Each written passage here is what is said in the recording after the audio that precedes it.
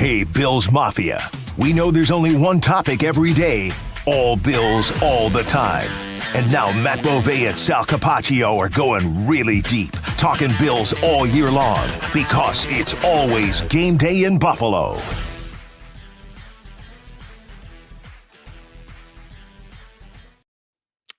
Well, that was an interesting way to start the NFL season.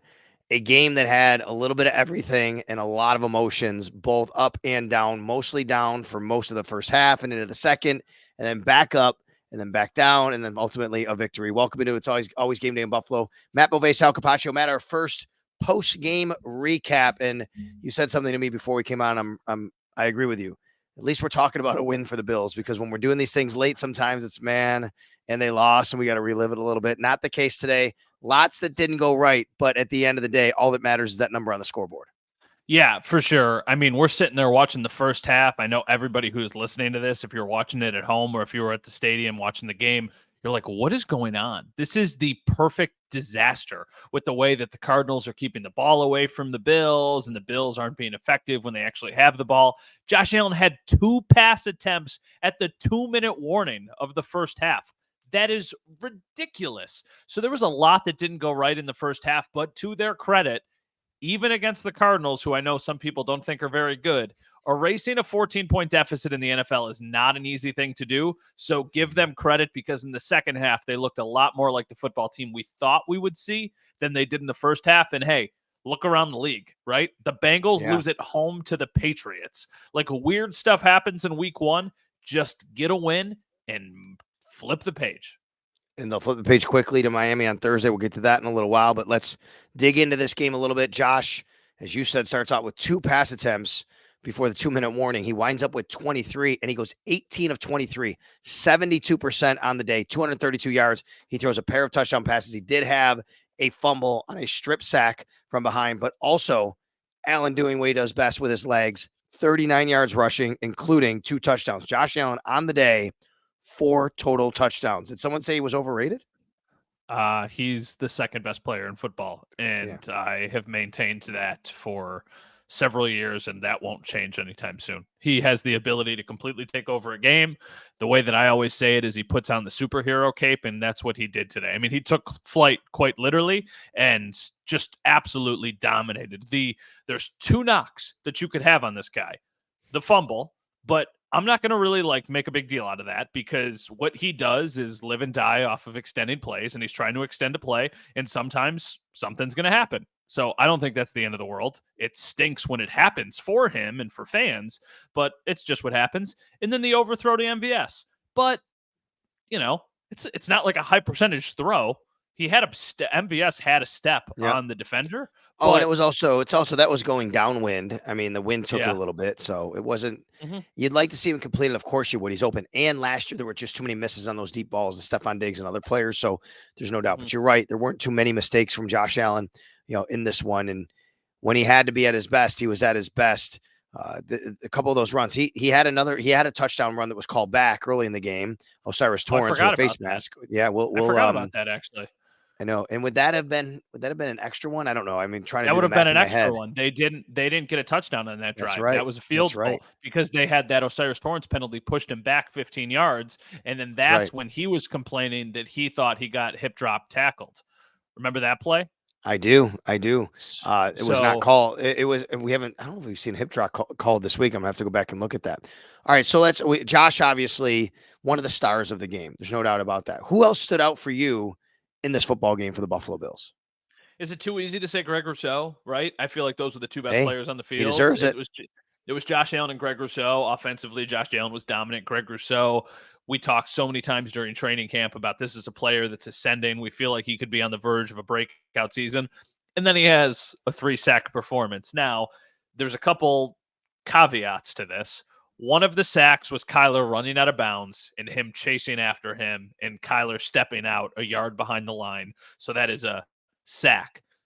He also then dominated against a backup once the Cardinals starter got injured and did not return to the game. But regardless, very impressive. 3 performance. He was the second best player on the field. He was the best defender. He did a great job today. Not only getting to the quarterback, but also the strip sack. Actually, it wasn't even a strip, really. It was just a hit that caused the fumble to come out from Kyler Murray. I just happened to be standing and actually kneeling in that end zone, that particular play. Sometimes I go down the end zone, and boy, man, things just move so fast. And I could see when that play was developing, I'm like, man, Kyler's got nowhere to throw. And then bam, Greg Rousseau just came and did a great job to drill him and knock the ball loose. I'll go to the back end of the defense because Cam Lewis and Jamarcus Ingram both deserve a lot of credit in this game. Yep. And you watched the game and you said, well, Jamarcus wasn't necessarily great. He didn't make these great plays. He did have the play at the end of the day. There's no doubt. Here's why, though. Taron Johnson got hurt very early in this game. Cam Lewis was actually supposed to be the dime safety for the Bills, this third safety to come in passing situation. He's also the backup nickel. How many times have we said that? He's a safety, but he's the backup nickel. Well, guess what? He had to play nickel. So he goes in and plays. So Jamarcus Ingram, who actually Sean McDermott said he might not even been active if it wasn't for Juwan Smoot's injury earlier this week. He actually has to go from playing reserve cornerback, maybe not seeing the field at all, to the dime safety. And for those guys to have to flip their roles that early in a game where they didn't really prepare for that on the game plan, I think says a lot about their preparedness and willingness and ability to get the job done. Yeah, there's some nice players in the secondary and some nice depth pieces that they needed today, and they stepped up. The secondary is an area where they do have a lot of options. Now, safety is still a position that I'm very concerned about because I didn't see a ton from that position today to make me feel confident moving forward. But the depth guys at corner, specifically those two that you mentioned, I thought shined when called upon. And I think that given the situation that they were thrown into, they could have even more success, or the Bills could put them in positions to have success with a game plan actually suited for having them. And we'll talk more about the Taron Johnson injury. We don't know. I don't think either of us really wants to speculate. I am operating under the assumption that we probably won't see Taron Johnson for a couple weeks.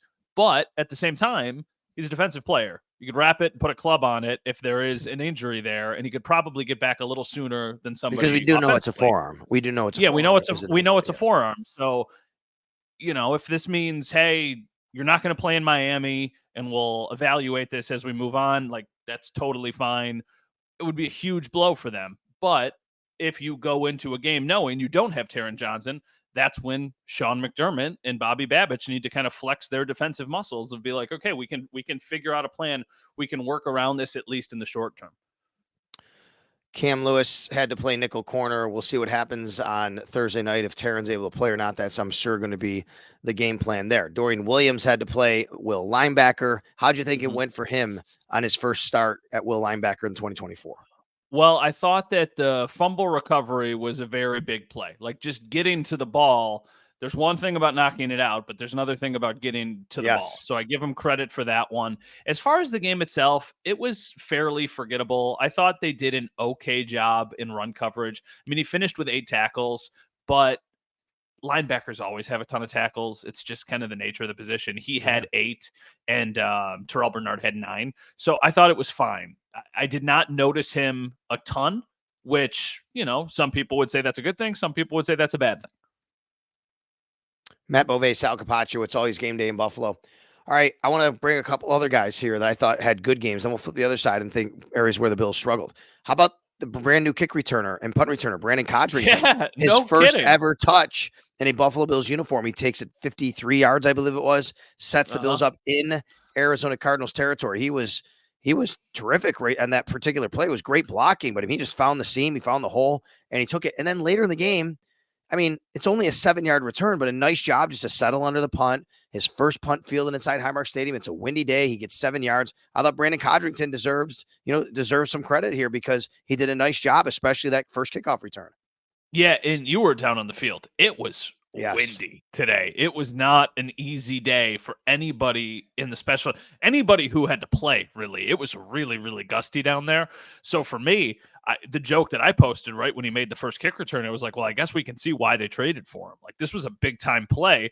Unfortunately for the Bills, a few plays later, that's when Josh fumbled it on the play where he was trying to extend it, and that turned into no points. That was just kind of like one of the first dominoes that fell in the first half of mistakes for the Bills.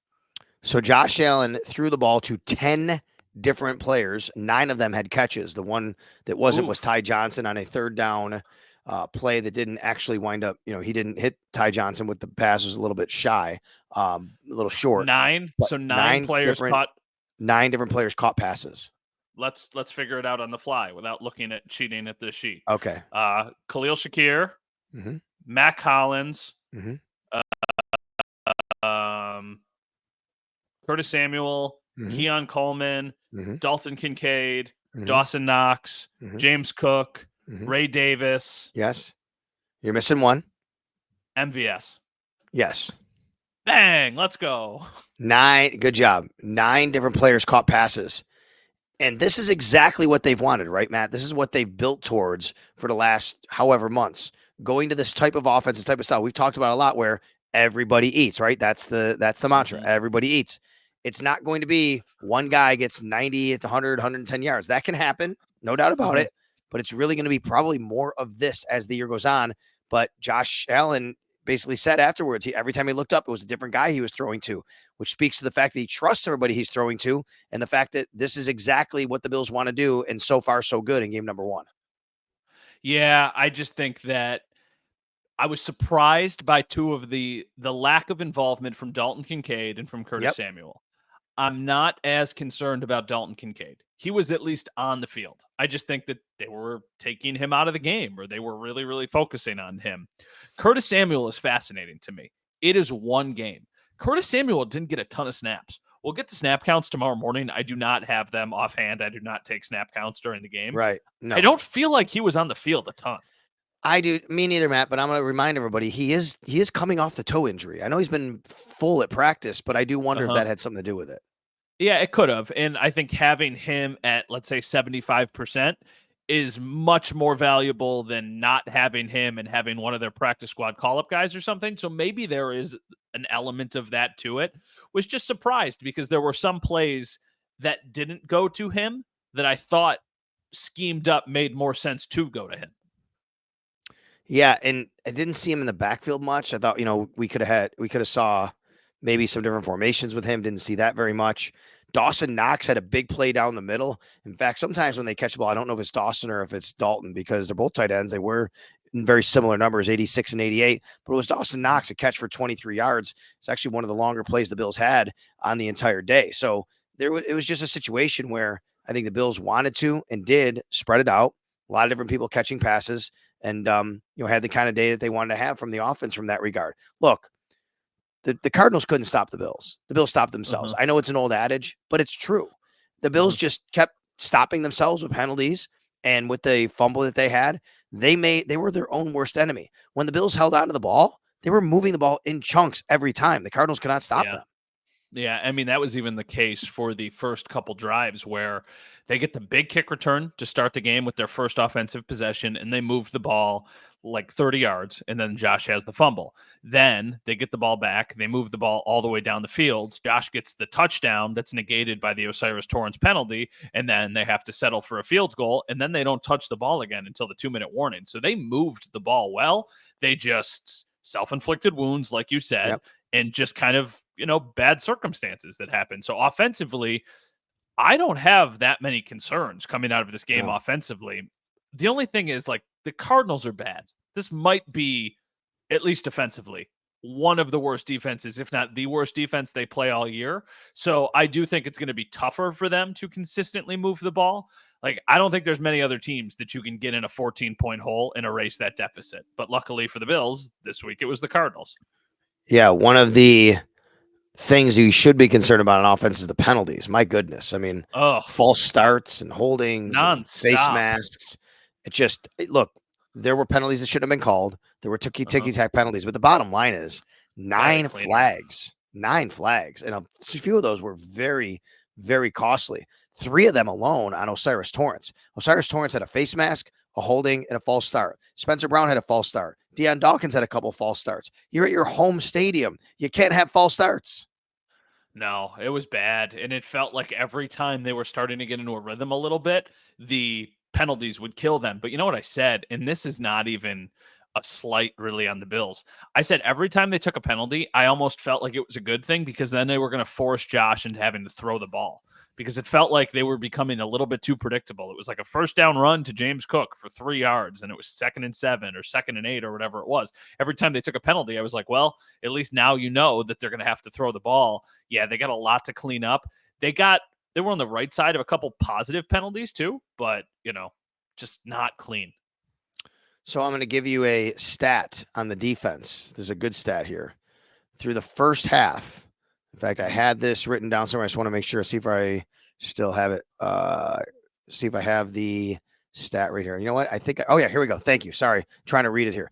In the first half, the Cardinals ran 36 plays for 190 yards. They averaged 5.2 yards per play. In the second half, 24 plays for 80 total yards, 3.33 yards a play. Kyler Murray ran the ball 4 times in the first half. Once in the second. It was a big run. He got loose. It was a big one time. But the bottom line is, and the point is, the Bills held the Cardinals to 80 total yards in the second half after looking like the Cardinals could do almost anything they wanted in the first half. They limited them to 3.3 yards per play, and that's including that long Kyler Murray run.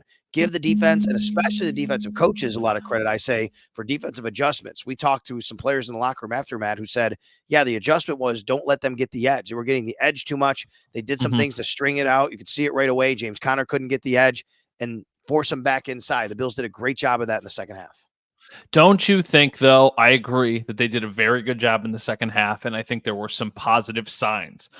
But don't you think leaving this game, that is your bigger concern defensively as opposed to offensively? 100% yes. Especially going next week against the Miami Dolphins, who we know that they have an ability to really score from anywhere. My bigger concern is the defense, but the second half gives me a little bit more optimism and confidence, at least, in what they were able to do. I just think the first half, they're still trying to feel things out. Hey, look, what do players always say, Matt? The other team gets paid too. Let's remember the Cardinals are a professional football team, and they do have a lot of weapons, and their offense is good. And their offense is good. They are. And, the Bills, it took some time, but I think they finally ultimately figured it out, and they were able to kind of, contain them. The one thing I'll say in the defense that I didn't like, Matt, too many missed tackles. Way too many missed tackles in this game, especially early in the game.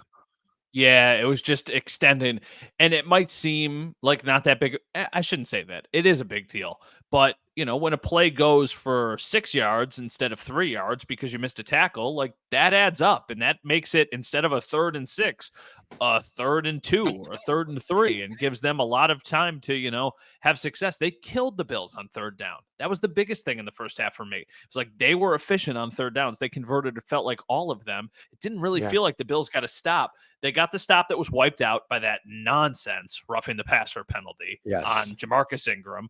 They got one other stop that they forced the Cardinals into kicking a field goal. Then they didn't get another one until the second Greg Rousseau sack at the start of the second half. That's when it was 17-17. So that's when it kind of felt like, okay, like this is when the defense is going to wake up. Give them credit for playing better in the second half. It felt like in the first half, defensive line couldn't do anything. There's a couple players who I think are good players who I didn't see at all today. Like I didn't notice Ed Oliver much at all in this game. Now, it's hard because I'm sure he's doing a lot that just from watching it in the press box, I'm not immediately noticing. I didn't notice him a ton. I didn't notice Daquan Jones a ton. Daquan Jones had a nice pass deflection at the end of the game. So that was a nice play. There was a lot of guys, though, who I was just like, yeah, you're waiting for them to do more. Yeah, I think part of that could also be circumstantial of the design of the plays and what Arizona was doing. They were really trying to get away from the interior and get out to the edge, and that's what Bills players said they had to do, was button that up. So that's probably not as many opportunities for them. But you're right, you'd like to see some impactful plays. That said, Greg Rousseau with 3 sacks, Von Miller with a sack, and by the way, we should talk about Von. Right, he gets his first sack since 2022. Before I do that, before I forget, 3rd downs. You said, I wrote it down here, 5 of 7 in the first half, only 2 of 6 in the second half for the Arizona Cardinals. But Von Miller, his first sack since November of 2022. Yeah, and I thought that in the second half, it was very clear that they were using him on obvious passing downs, and he was getting close in the first half, but he wasn't quite getting there. Kyler was able to escape the pocket and make things happen with his legs. The sack that he got, give him credit for getting there, kind of tripped him, but at the same time, he also pushed the guy into him that led to the sack. The good thing is, we saw more from Von today than we did all last season. So trending in the right direction. I think that he's going to be a 6 or 7 sack guy this year.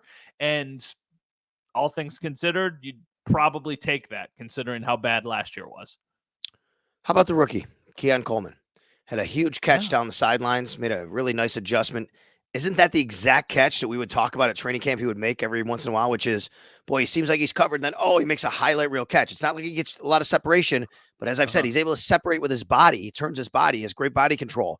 And that was the typical kind of catch. Do you know, I don't know if you realize this, when it's all said and done at the end of the day, Keon Coleman was the leading receiver in the entire game for either team with over 50 yards. Ugh. Yeah, I know. I know it's not a lot of yards, but he was the leading receiver. I know he had the most targets for the Bills, so that doesn't shock me at all. The thing about Keon Coleman is the lack of separation is going to be the thing that people talk about with Keon Coleman. Mm-hmm. Lack of separation matters, but it matters less when you can make catches like that, when you can make plays like that. And I think that clearly the numbers show it. They trust him right now. I think he had more snaps than any other Bills receiver also. So he was on the field a lot. They're going to look for him. I think that the big plays are going to come. I think it's going to be big plays like that. I don't think it's going to be, 60-yard bomb touchdowns because he's not somebody who can really stretch the field incredibly well. But throw him a 50-50 ball in the corner of the end zone or on the sideline and let him see what he can do with his impressive body control. So I think he definitely gets, for you, I think you still do the arrow up column, right? Like I he do. gets an arrow up. I thought still working on it as we talk. You're right.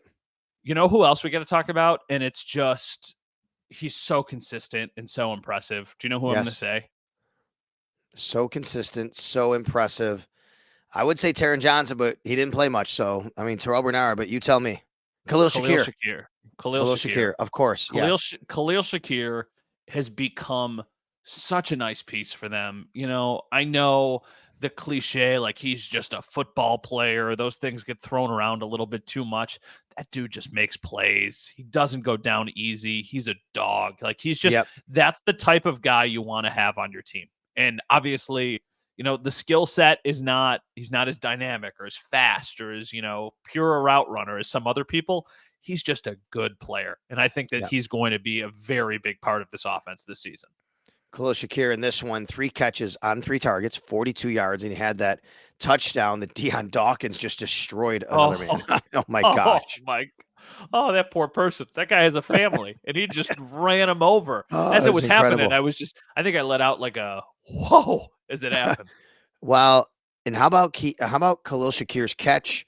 He gets drilled on a short gain and then turns it into a 19-yarder.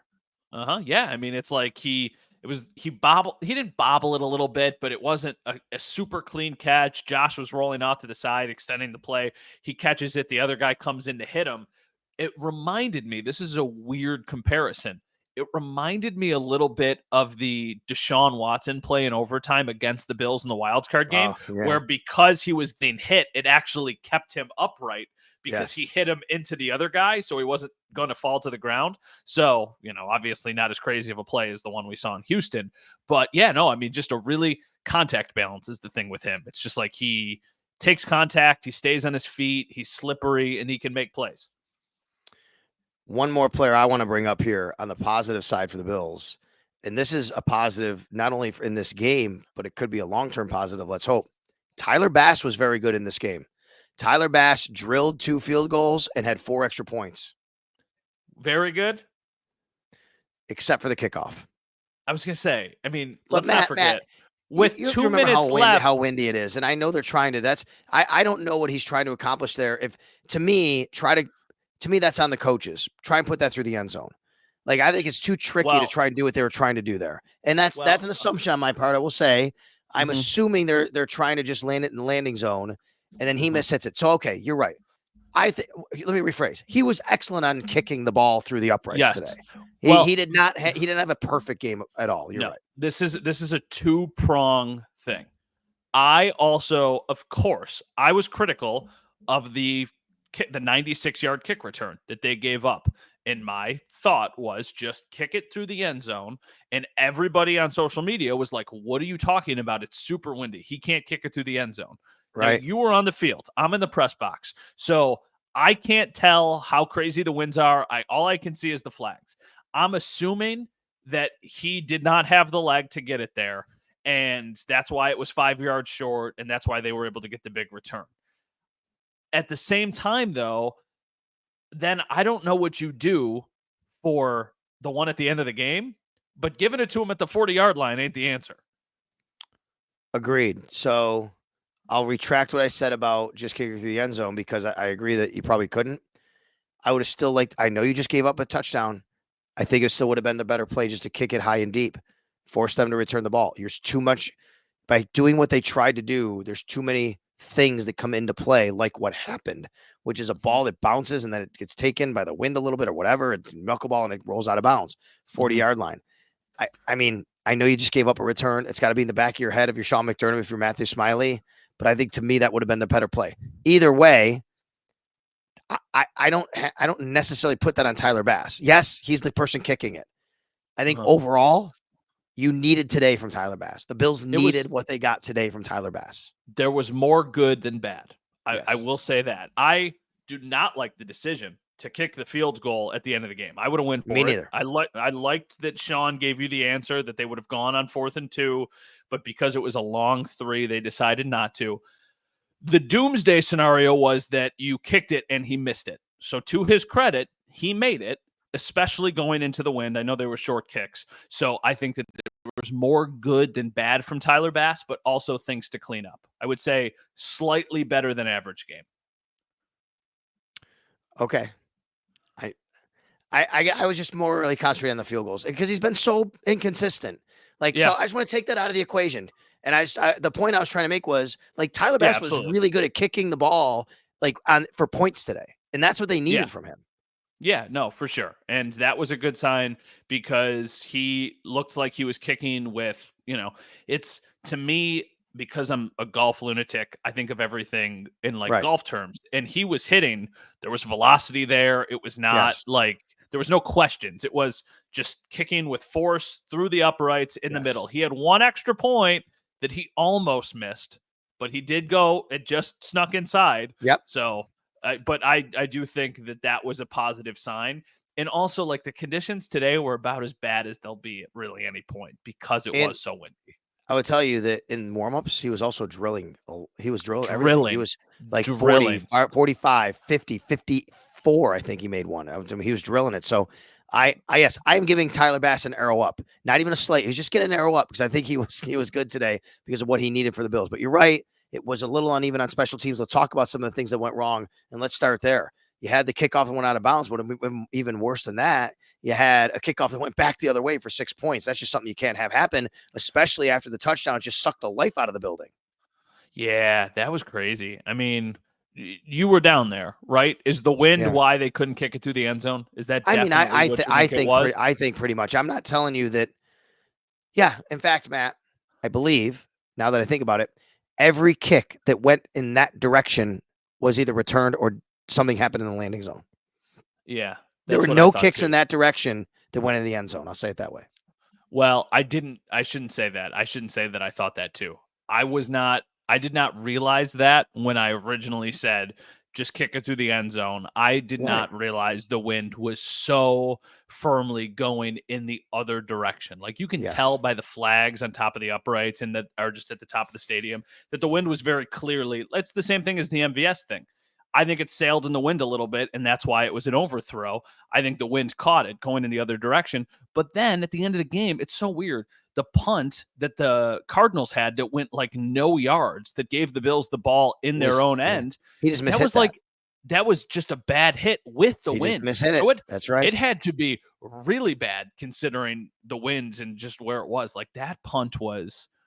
he had 2 for 78 yards and his long was 50. So that second one was a 28-yard punt. There was another really good kickoff by Tyler Bass that didn't really matter because there was only a couple seconds left in the half. Yeah, at the end of the first half. But that actually wound up being exactly. I think they wanted to do that on the one that ultimately went out of bounds. They wanted to replicate what they had on that particular kickoff. Obviously, it didn't happen. Let's talk about the 4th down decision from Sean McDermott. I did ask him, and just so everybody knows, after the game, I asked Sean, why did what was your thought process of kicking the field goal there instead of going for it on 4th down and was it officially 3, Matt? 4th down and 3 at the end of the game.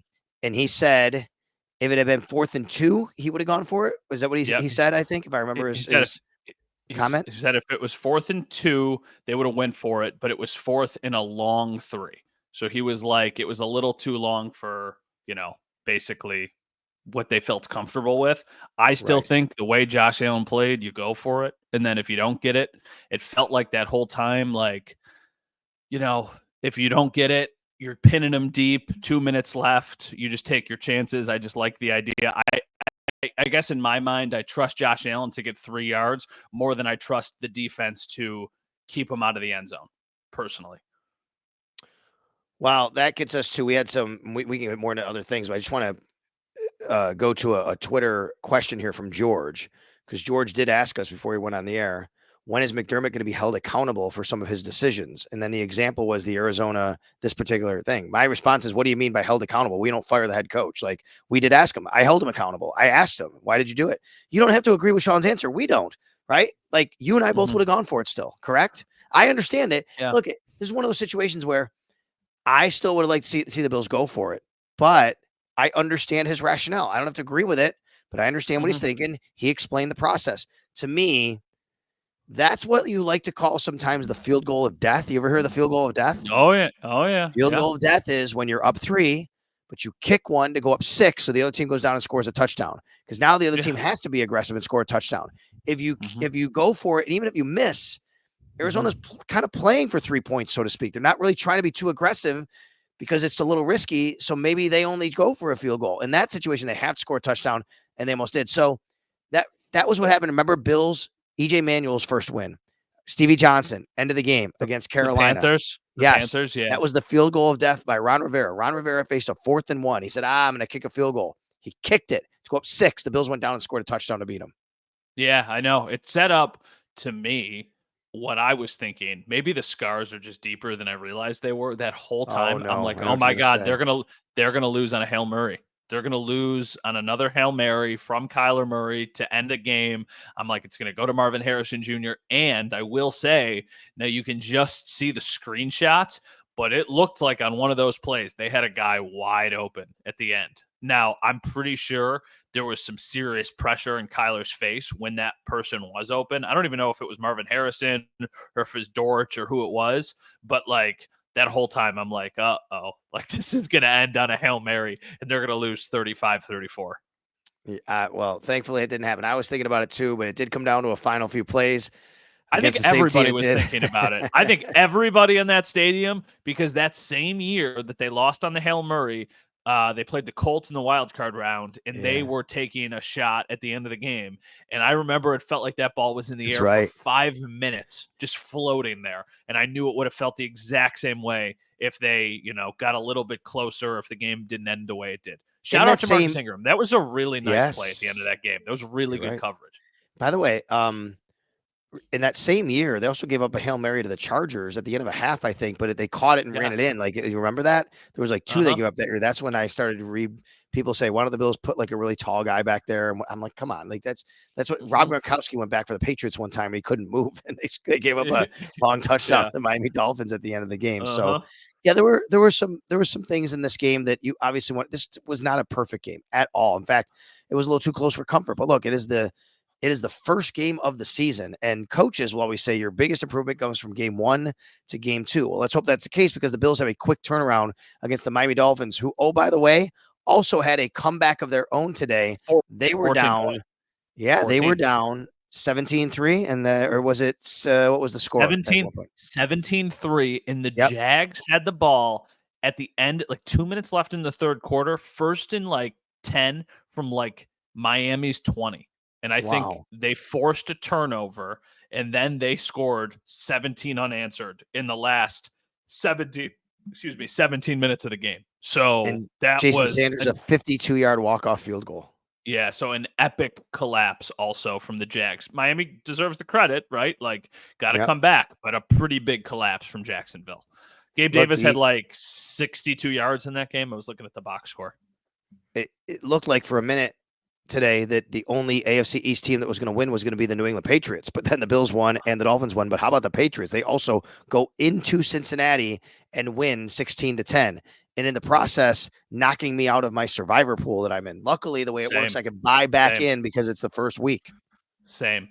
Are you in Amazing. Are you in Paul Yes. Hamilton's? Is that what you're Yes. referring to? Yeah. Yes. Yeah. Well, I am in another one that I cannot buy in, so I'm done. okay. Yeah. I was telling Paul, I was like, I feel like this is a stupid one to waste for week one because he, was at the game today. I was like, I feel Yeah. like I'm wasting this pick of the Patriots early in the season. And then I was the joke, and I'm sure a lot of people did the exact same thing. Anything else catch you week one? If there's anything you want from this game, we can do it. Anything else from week one, or we can answer questions, whatever you want to do here. Yeah, we have a ton of questions, and a lot of the questions are specifically about Josh. So let's tell Okay. everyone what we know about Okay. Josh, and then we can answer just a couple other random questions. Call it a Yeah, night. and apologies for not getting to this earlier, but I just don't think there's anything that you really have to worry about with him playing.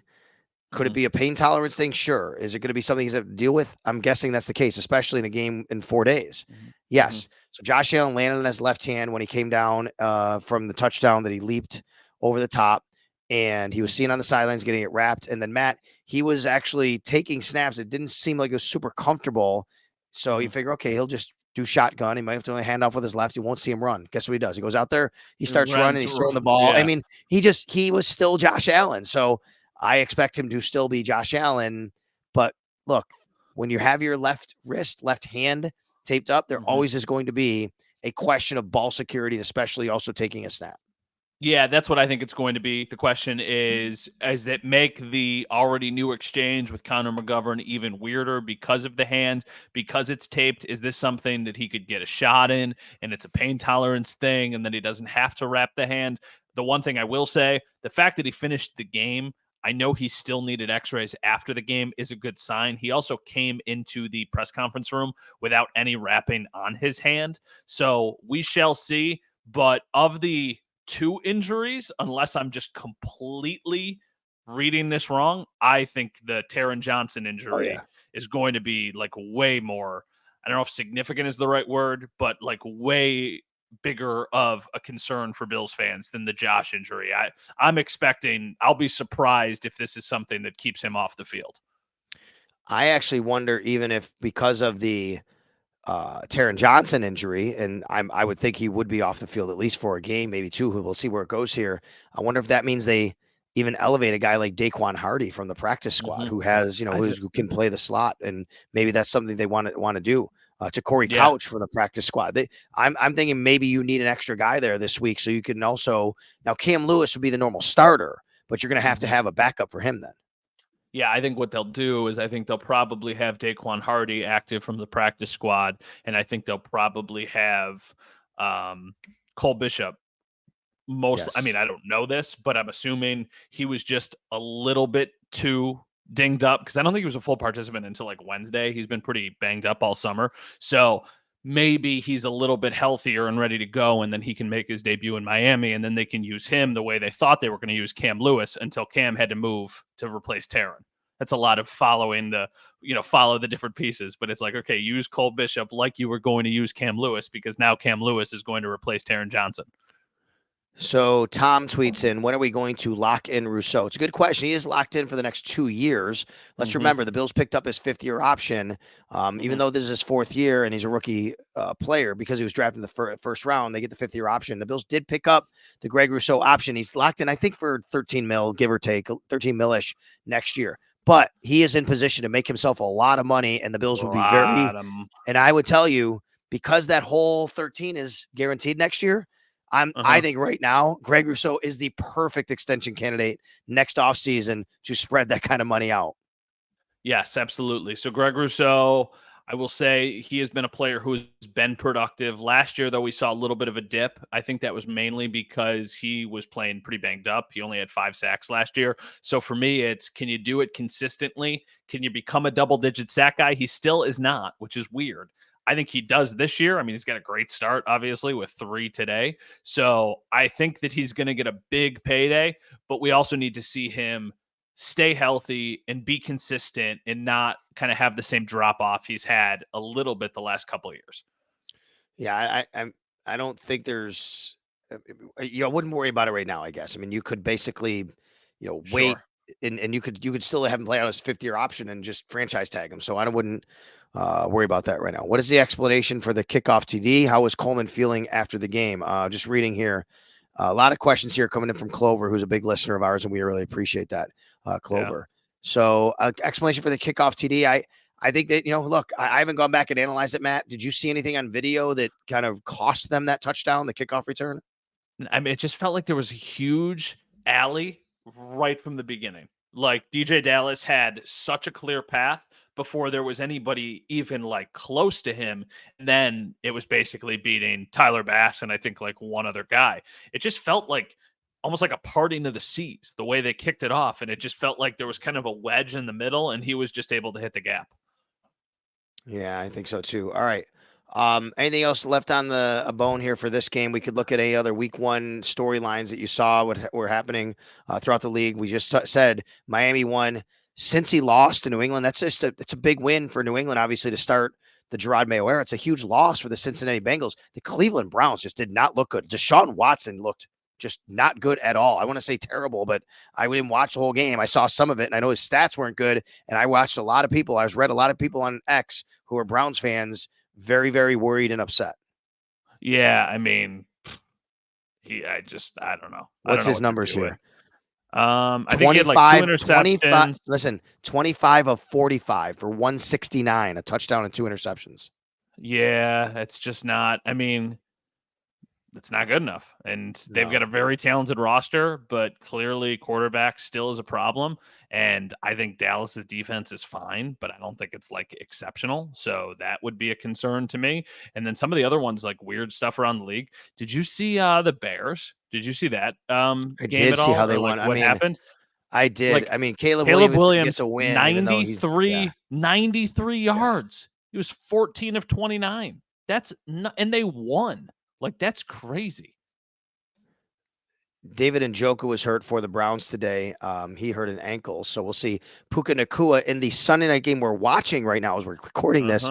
Puka Nacua has left with a knee injury. I don't know how serious that is, but I do know he's questionable to return this game with a knee injury. So the other one, there was another game in there you talked about. And yeah, by the way, I mean, the Tennessee Titans. Yeah, I mean, that if you're a Titans fan, you have the Bears dead to rights here, right? In the first week of the season. And then all of a sudden that happens to you. So you can't be feeling very good about yourself today. And the Bills obviously play the Titans coming up in a few weeks. Oh, here's the other team.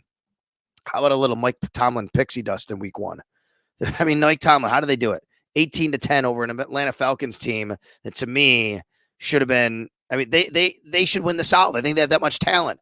Tampa today looked like the best team in the NFC. Well, maybe I guess Carolina, but the point is Atlanta losing to Pittsburgh in week 1, definitely a surprise for me. Yeah. Oof. I don't know if I'm a little bit behind you. That was a really bad ball from Matthew Stafford. I saw it. Did you see that? Yeah, that's a really bad ball. Yeah, I mean, weird stuff happens in the league every week, but really weird stuff happens the first week just to get away with a win. And they did. And I give them credit for that because now, like I told you in the last episode that we recorded, getting the win week 1 kind of lets you, regardless of what happens in Miami, still feel like you're in it. You've got a chance. Like, obviously, if they lose this game, Miami becomes absolutely a must win because you can't fall to 0-2, and we'd be having very different conversations. Now, it's a game you should win and you can win. I think they're 1.5 point underdogs right now, but considering it's on the road, it's basically like a pick 'em. Going to Miami, and if you get another good day for your offense, which I think they're capable of doing, who knows? Maybe you're 2-0, and now you're feeling really good. But do you know who the leading receiver was for Atlanta Falcons today? Kyle Pitts is my guess. Ray McLeod. Oh, really?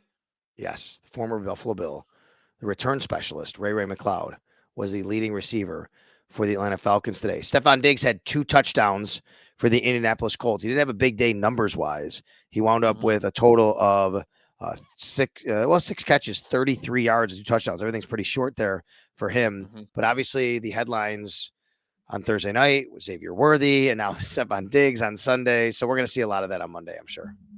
Whatever. Bill's going to win, right? Win, victory Monday. Short week. Something beautiful about that. On to Miami. No doubt about it. And then quickly, the Giants Did not look good. Vikings beat them 28-6. Not a good start for Brian Dable in New York. You'd love to see the Vikings losing because the Bills hold their second round pick. The Chargers beat the Raiders 22-10. Not sure about much that happened in that game. I haven't gone back and looked. I'm going to have to do that. But the Chargers start off the Jim Harbaugh era 1-0. All right, Matt. So Wednesday, fly down to Miami. Thursday night game already. It's going to come up quick. Yeah, for sure. We'll do one before that probably, and then we'll go from there. All right. I want to thank Mike Rabier, as always, for producing tonight. Thank you very much for joining us here on It's Always Game Day in Buffalo. The Bills start the season 1-0 with a 34-28 victory over the Arizona Cardinals, and now it's on to Thursday night against the Miami Dolphins.